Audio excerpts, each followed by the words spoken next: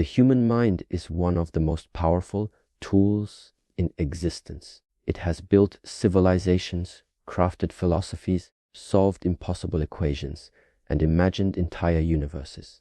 And yet, the very same mind, when left unchecked, can also become the greatest source of suffering.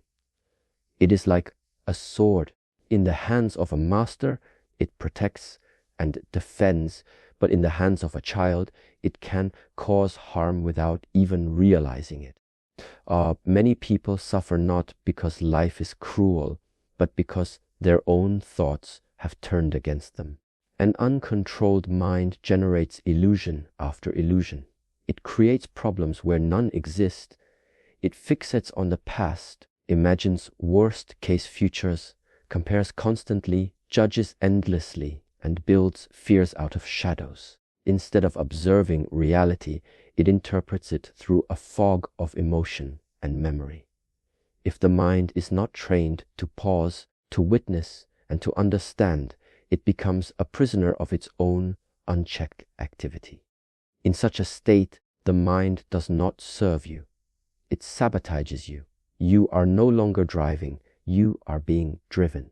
One of the most dangerous aspects of an untrained mind is its ability to disguise itself as truth.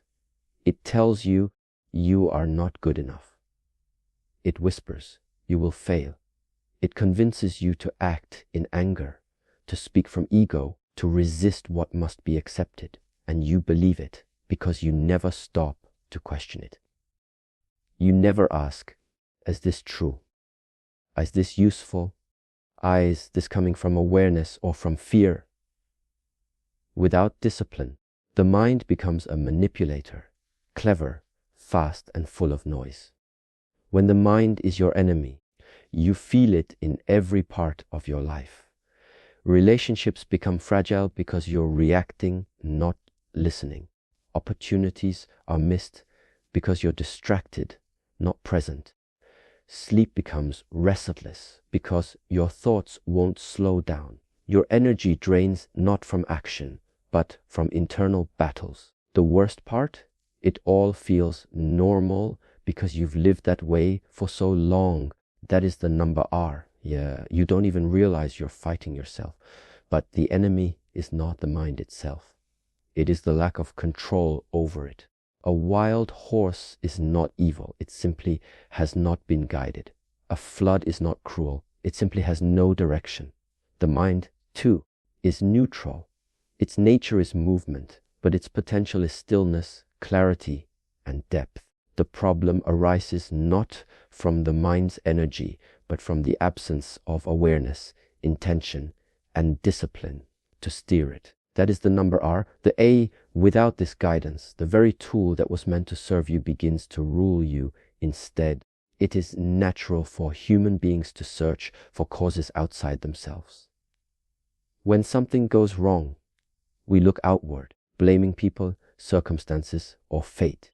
This tendency is ancient and deeply rooted in the mind's survival instinct. It seeks something to fight, something to resist.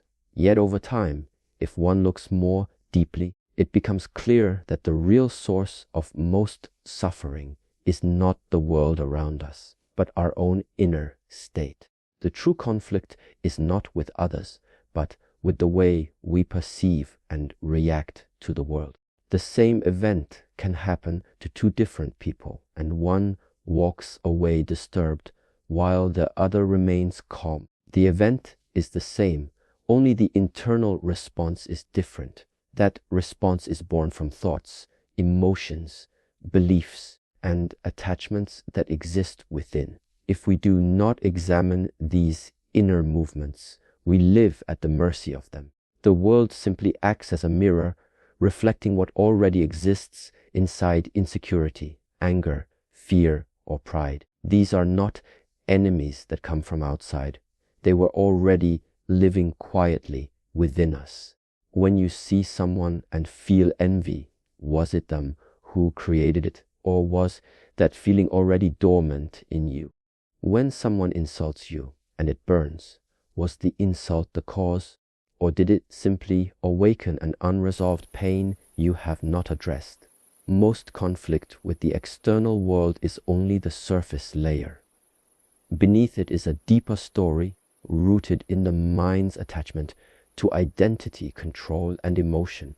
This is why two people can experience the same insult and one is wounded while the other simply smiles. As long as we keep directing our energy toward fighting the outside, we delay the real work, the inward confrontation. The ego avoids this because it is uncomfortable. Looking within requires courage. It is easier to believe that the world needs to change than to admit our own thoughts and emotions are the source of disharmony. But until this truth is seen, growth is impossible. The same patterns repeat, the same wounds reopen. You win one external battle and find yourself in another, because the inner enemy was never defeated. Silencing the world will not silence your mind. Fixing circumstances will not fix your attitude. Changing people will not change the way you react. These truths may be uncomfortable, but they are powerful. They point toward the real battlefield. Not the office, not the relationship, not the world, but the mind. The chaos we see outside often reflects the disorder within. And until that inner disorder is recognized and resolved, peace will remain distant, no matter how much we chase it externally. The nature of an uncontrolled mind is to live in a constant state of reaction. It does not pause. It does not reflect. It merely reacts instantly and without clarity. A sound, a word, a facial expression, or even a thought can trigger it into motion, like dry leaves in the wind. It is thrown in every direction by the smallest disturbance. There is no stability, no choice. Just a chain of reactions born from emotion, habit, and unconscious conditioning. Such a mind does not understand the gap between stimulus and response. Instead of observing what arises, it becomes what arises. A passing emotion turns into a mood. A thought becomes a truth. An opinion becomes a war. Without control, the mind builds entire stories on a single event, imagining insults that were never intended, creating futures that will never happen, and reliving past pains that should have already been released. This is not clarity. This is captivity. When the mind is in reaction mode, it does not listen. It prepares its defense. It resists anything that challenges its beliefs.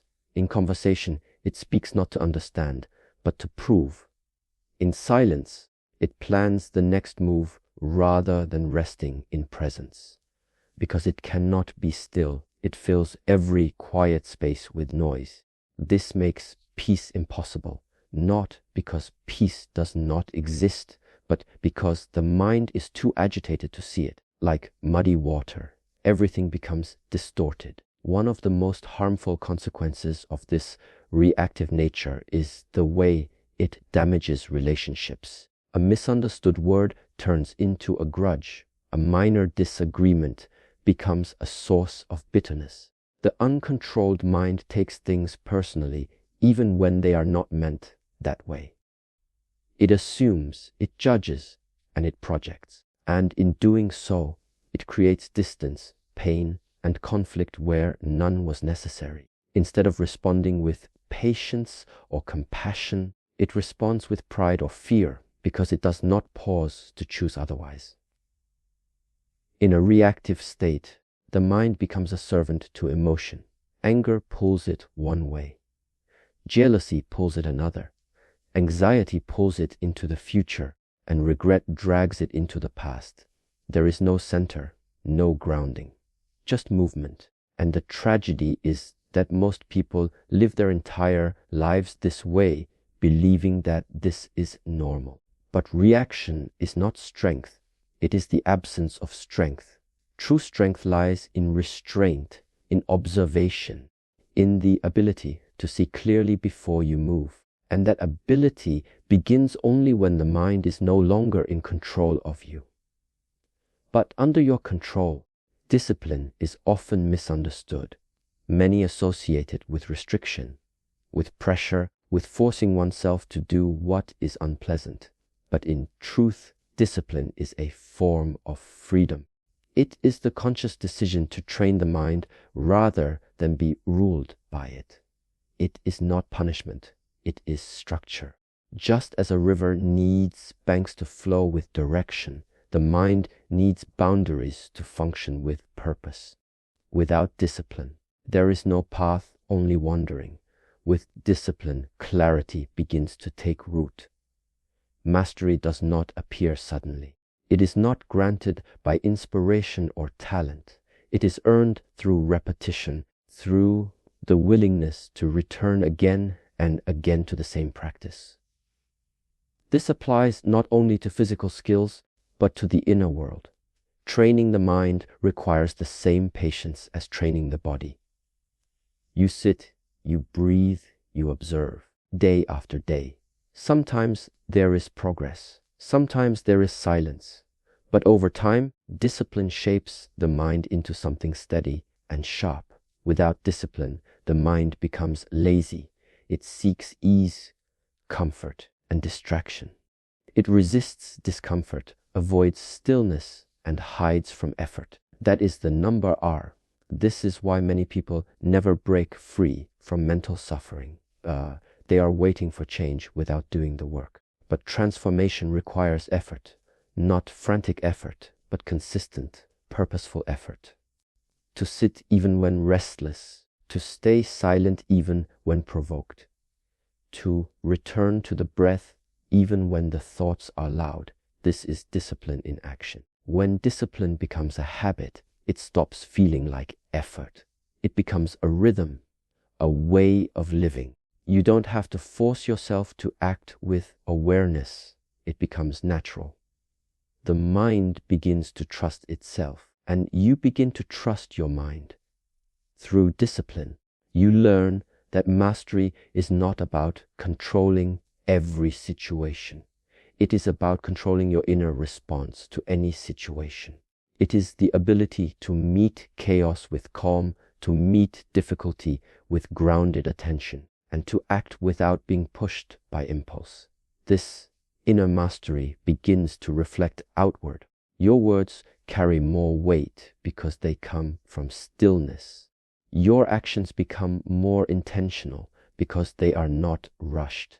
People feel your presence because you are no longer distracted or scattered. Discipline creates this presence, not by force, but through daily practice, repeated thousands of times, even when no one is watching. Especially when no one is watching, because true discipline is not about proving anything to others. It is about proving something to yourself. Before any meaningful change can occur, whether in thought, behavior, or life direction, there must first be awareness. Without awareness, we are blind to our own habits. We repeat the same reactions, speak the same harmful words, and make the same choices without realizing why. Awareness is the light that reveals the hidden workings of the mind. It does not judge or correct.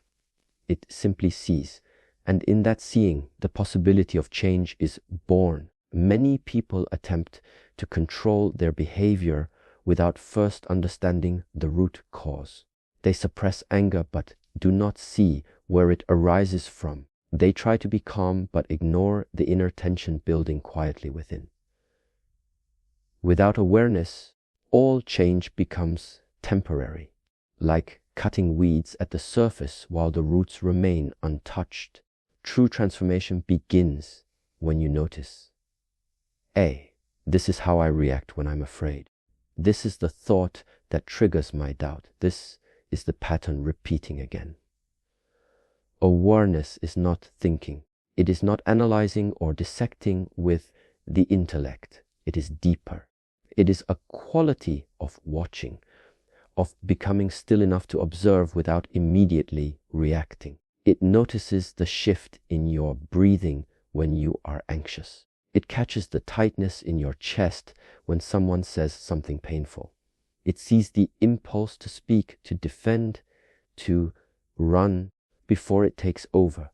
The more you cultivate this awareness, the more space you create between stimulus and response. And in that space, there is power, the power to choose, to breathe instead of explode, to listen instead of defend, to remain grounded even as the emotion rises. Without awareness, you are simply carried by the mind, swept away in its currents.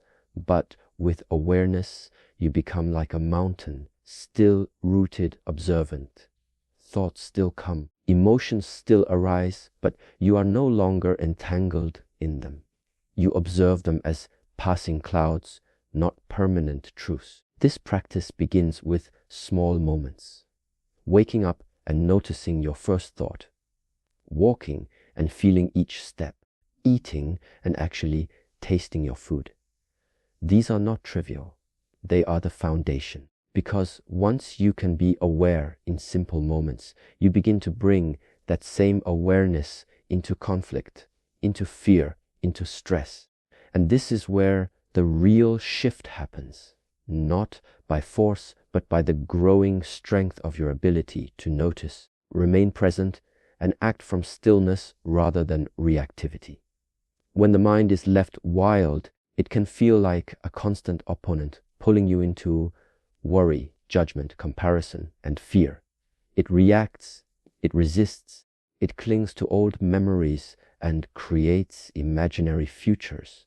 But the same mind, when trained through discipline and awareness, undergoes a powerful shift. It no longer stands in your way. Instead, it begins to work with you. It becomes a trusted companion, guiding rather than sabotaging, supporting rather than scattering your energy. A trained mind understands how to pause. It does not follow every thought blindly. It recognizes emotion as a visitor, not a ruler. It no longer insists on control over every outcome because it has learned to trust the process. Instead of asking, what if it goes wrong? It asks, how can I move with clarity?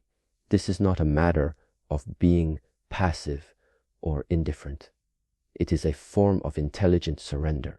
The trained mind does not give up its power. It directs that power with intention.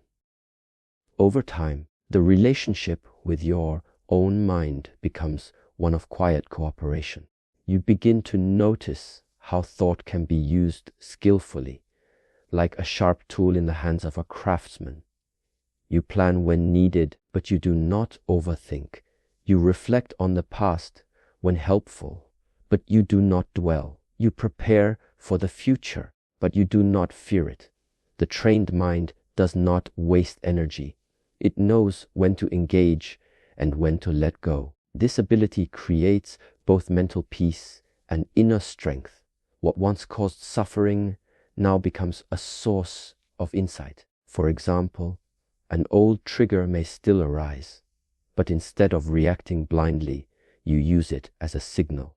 This is something I can work with, the trained mind says. Emotional waves may still appear, but the trained mind does not drown in them. It rides the waves, understanding they are temporary. And in this way, the mind becomes your internal compass, pointing you not toward comfort, but toward growth, toward balance, and toward truth. The power of a trained mind is not loud. It does not seek attention. It is quiet, deliberate, and deeply aware. And because it is no longer driven by habit or emotion, it frees your energy for what truly matters. You no longer spend hours battling your own thoughts or regretting past decisions. The inner noise softens, the judgments lessen, and in this calm you begin to act from a deeper place, not from fear, not from ego, but from wisdom. And that is when the mind stops being a prison and becomes a path. Peace is often misunderstood. Many believe it must be found outside, in quiet places, in gentle words, in favorable conditions. They search for peace in people, in possessions, in praise. But peace that is dependent on outer circumstances is fragile. It can be taken away the moment things shift. True peace, the kind that endures through change and chaos, does not come from the outside. It is born from inner mastery. Only when you have calmed the storm within can you stop fearing the storm outside. Inner mastery begins when you stop trying to control everything around you and start learning to control how you meet it. The world will always change. People will act out of pain. Situations will not always favor your plans, but your mind, your breath, your response. These remain within your reach. When you master those, you remain steady even in discomfort. You remain kind even when others are not. This steadiness is not weakness. It is strength in its most refined form. The path to this inner peace is not found in avoiding life's difficulties, but in walking through them with awareness. When a challenge arises, the untrained mind resists, complains, or blames. But the trained mind recognizes this is an opportunity to practice. It does not mean there is no pain. It means the pain is met without panic. The discomfort is experienced, but not magnified by mental noise. Mastery does not remove difficulty from life. It simply removes unnecessary suffering from the difficulty. Those who have cultivated inner mastery do not need the world to be quiet in order to feel calm. They can sit in traffic without rage. They can face criticism without collapsing. They can hear, know, and still continue. This kind of peace is not passive. It is alive, alert, and rooted. It is the peace of someone who has faced their own mind and made it a friend. It is not a gift given by the world. It is a gift you give yourself through discipline, observation, and deep honesty. This peace shows itself in how you live. It softens your words. It slows your reactions. It clears your perception. You begin to see things and people more clearly without the filter of your fears or wounds. You stop taking things personally.